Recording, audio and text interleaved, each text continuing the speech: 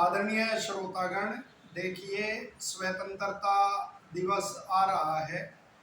तो अपना देश ऐसा है कि भूगोल में ऐसा देश अन्यतर नहीं है। और अपने देश की संस्कृति ही जो वेद की संस्कृति है, उसके आधार पर, वैदिक मान्यताओं के आधार पर जो चली, वही मनुष्य मात्र के लिए उपयोगी है। क्योंकि जैसा वेद में संदेश है कि मनुर्भव मनुष्य बनो, ऐसा अन्य संसार की किसी पुस्तक में ऐसा संदेश नहीं मिलेगा। कोई मत पंथ का वहाँ कोई वो नहीं है वर्णन, क्योंकि वेद ईश्वरीय ज्ञान है। तो मनुष्य मात्र के लिए जो उपयोगी मर्यादाएं हैं, उनका वहाँ वर्णन है। तो जब विदेशी आक्रमणकारी हमारे देश में आए, तो उन्होंने इस संस्कृति को नष्ट करने का भरपूर प्रयास किया। आप कहेंगे ये तो आर्य समाज ही है इसलिए बोल रहा है। नहीं, एनसीईआरटी आदि किसी भी पुस्तक में आप देखिए इस तथ्य को। सभी विद्वान मानते हैं कि जो भी देश जिस देश पे आक्रमण करके वहां अपना उपनिवेश स्थापित करता था, तो उसका प्रथम प्रयास यही होता था कि वहाँ की भाषा को और वहाँ की मान्यताओं को, उनको नष्ट कर दो। लेकिन वो आक्रमणकारी ये भूल गए कि ये तो सारे विश्व को रास्ता दिखाने वाली है, कोई हमारी ही संस्कृति नहीं है। अतः विश्व का कल्याण तभी है, वरना मत पंथ के झगड़े ऐसे ही रहेंगे। कोई कितना ही जोर लगा, जब तक कि एक मान्यताएं नहीं होती। क्योंकि वेद का संदेश ही वो है, समगच्छध्वम समवदध्वम, सभी वो संगठन सूक्त बोलते हैं। तो इस तरह से वो वैदिक मान्यताओं का संरक्षण करना चाहिए। तो विदेशी आक्रमणकारी जो भी आए, तो उन्होंने, चाहे वो मुगल आक्रमणकारी थे, चाहे ईसाई थे, तो स्वतंत्रता आंदोलन का आप वो देखोगे, एक जो अंग्रेजों के खिलाफ लड़ा गया, उसका एक कारण ये था कि जो 1857 की क्रांति का, कि ईसाई मिशनरियां अपना प्रचार और वो करके हिंदुओं को ईसाई बना रही थी। और स्वतंत्रता के जो आदर्श थे आंदोलन के, उनको पूरा करना आजाद भारत का वो कर्तव्य है, नैतिक। तो अब भी क्यों धर्मांतरण हो रहा है, कोई इस बात पर नहीं बोलता। इसी तरह जो मुगल आए, उन्होंने कितनों की गर्दनें ली। और जो मुख्य दोनों में टकराव का कारण रहा है, हिंदुओं में और मुसलमानों में, वो गो हत्या को लेकर रहा। टर्की के सुल्तान की जब उसमें खिलाफत आंदोलन में जब हिंदुओं ने साथ दिया, तो सबके मन में यही बात थी कि इससे गो हत्या बंद करने पे ये सहमत हो जाएंगे। लेकिन वो बात नहीं बनी। साथ ही जो जिन्ना की सोच थी, क्योंकि ये नहीं हम किसी मत पंथ की निंदा कर रहे, नहीं, इतिहास से सीखना चाहिए। जिन्ना को बढ़ावा देने में गांधी जी ने कोई कसर नहीं छोड़ी।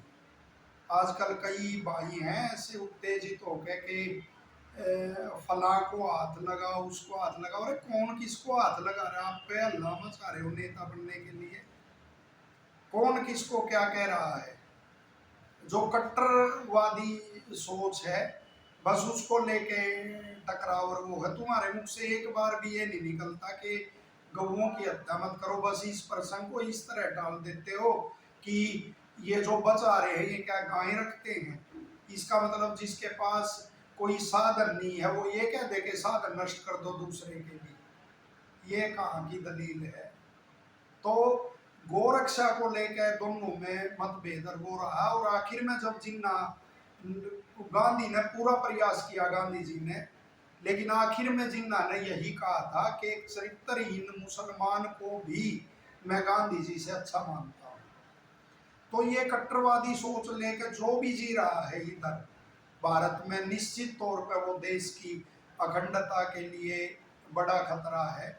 और कोई भी आत्मघाती कदम ऐसा नहीं उठाना चाहिए। किसी पार्टी से आपका वो है, किसी पार्टी की नीतियों से आप पीड़ित हैं, तो उसको और मुद्दे हैं उन पे उसको घेरो, उसको वोट मत दो। हम भी कुछ ऐसे आए, कुछ नेता हमारे समाज में भी इनके साथ मिलकर उन्होंने हमारे को भी भयंकर पीड़ा दी, लेकिन उनके कारण दिन रात हमने काम किया और ये समाज का आगे भी करेंगे। लेकिन हमारे को उनके व्यवहार से पीड़ा मिली और वही इनके पतन का कारण बनेंगे। तुम्हारे को इनका पतन करने की आवश्यकता ही नहीं। लेकिन इसका अर्थ ये नहीं कि हम धर्म के ही वो हो जाए, धर्म की ही हानि करें और किसी एक के पक्ष में ही हम बोलने लगे। तो ऐसे ऐसे उत्तेजित होकर बोलने से कोई नेता वो नहीं बनता।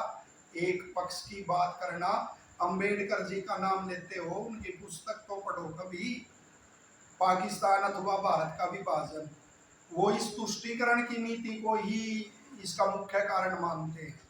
तो क्यों जो आम मुसलमान है मुख्य धारा में रह के और वो जो जीतता है, कौन उसको क्या कह रहा है, रोर है, क्यों वो करते हो उत्तेजित उनको, अलगाववादी ताकतों को, उसको कश्मीर में और वो जो आतंकी संगठन है पाकिस्तान से जो मदद मिली हो, क्यों गवों की तस्करी और ये होती है। तो प्रत्येक जो गोरक्षक है जो वैधानिक रूप से और संवैधानिक अधिकार है, अनुच्छेद 48 में राज्य को नीति निर्देशक में उसका सिद्धांत है कि पशुओं की, ऐसे पशुओं की रक्षा वो की जाए।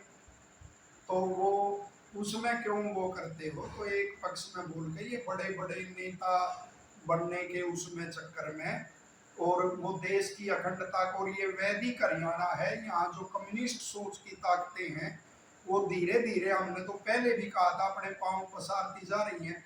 कभी कहते हो फला जाति मेसोपोटामिया सभ्यता से आई, वहां से आई, अरे तुम्हारा दिमाग का सरने गया है क्या। तुम थोड़ी भीड़ जुटाने के लिए उसको अपने धर्म को ताक पे लगा देते हो, थोड़ी सी भीड़ जुटा के और नेता बनने के लिए। धिक्कार है। वैदिक है हमारा सारा, ये क्यों सच क्यों नहीं कहते कि यहीं से आर्य बाहर से नहीं आए, यहीं से बाहर गए हैं।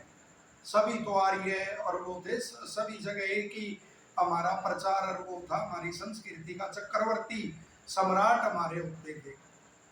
तो इस उसको अनर्गल जो प्रलाप है ये बड़ा देश के लिए बड़ा भारी पड़ेगा, इसको छोड़ दो। और इस देश के कितने विभाजन वो करवाओगे, फला जाति तुम्हारे साथ खड़ी है, तुम जाति के ठेकेदार हो क्या। कितने लाख लोग हैं उस जाति में उसमें, और वो सारे तुम्हारे साथ आ गए, और बगैर एक बार भी तुम्हारे मुख से हमने उसको, मनु महाराज को गाली देने वाले तुम्हारी स्टेजों, उनकी स्टेजों को शेयर करते हो तुम।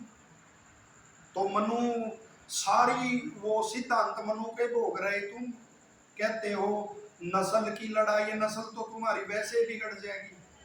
ये मनु को गाली देने वालों के साथ स्टेज साझा करोगे, फिर क्यों रोकते हो।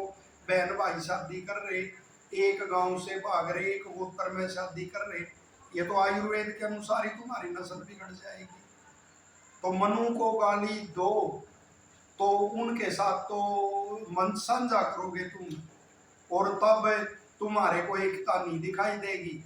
मनु को मानने वाले नहीं इस देश में, ये देश है ही उसका, मनु का।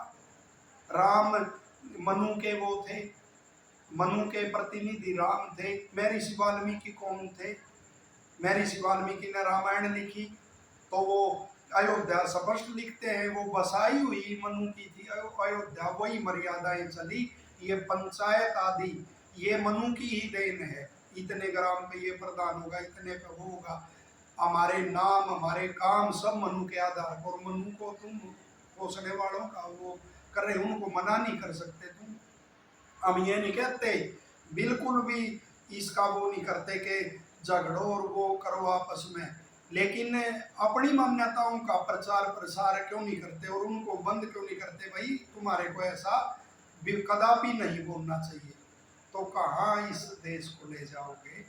और कट्टरवादी जो भारत को तोड़ने वाली जो ताकतें हैं, कट्टरवादी अलग करने वाली है, जैसे पाकिस्तान को अलग किया, बात बात पे ये उस पार्टी ने करवा दिया। महमूद गजनवी, गोरी, इल्तुतमिश, चंगेज खान, उनको कौन लेके आया था। और इतिहास पढ़ो, सरवखाप की जब भी मुगलों के साथ कोई संधि होती थी तो सरवखाप की ओर से एक शर्त रखी जाती थी।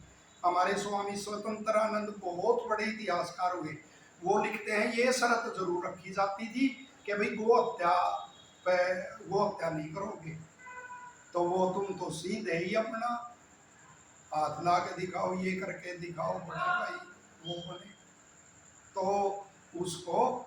और वो है किसी भी पार्टी से हमारा वो नहीं, जो जैसी करेगा भरेगा, यदि कार्यकर्ताओं को नहीं जोड़ेगा, गांव से व्यक्ति नहीं जोड़ेगा वो तो हराओ, निश्चित तौर पर हराओ, लेकिन ये नहीं। तो वही मनु का याद रखो कि न जातु कामान न भयाद न लोभाद धर्मम प्रीतज्य जीवितस्यापि हेतु, कि चाहे कोई कामना सिद्ध होती हो, लोभ हो, भय हो, धर्म को मत छोड़ो। ये चाहे जान भी बसती हो फिर भी धर्म को नहीं छोड़ो। कहाँ इस उसको ले जाओगे। अनेक मैंने पंचायती भाई ऐसे भी देखे, बिल्कुल कोई मामला ऐसा होया, उन्होंने कहा भाई कट्टरवाद की उधर से भी बात हो रही है तो ये गलत है, और इधर से भी कोई किसी को कुछ कह रहा है तो ये भी गलत है। और साथ में महात्मा विदुर ने कहा कहीं भी कोई आग बुझ जाए तो उसको दोबारा सुलगाना वो बुद्धिमत्ता वो नहीं होती। लेकिन फिर वही कहता हूँ कि अपने विचार जो है उनको पकड़ो, अपने बच्चों को दो, जिनके तुम हिमायती बन रहे हो उनको भी दो, कि इसी में तुम्हारा और सारी मानवता का भला है। धन्यवाद।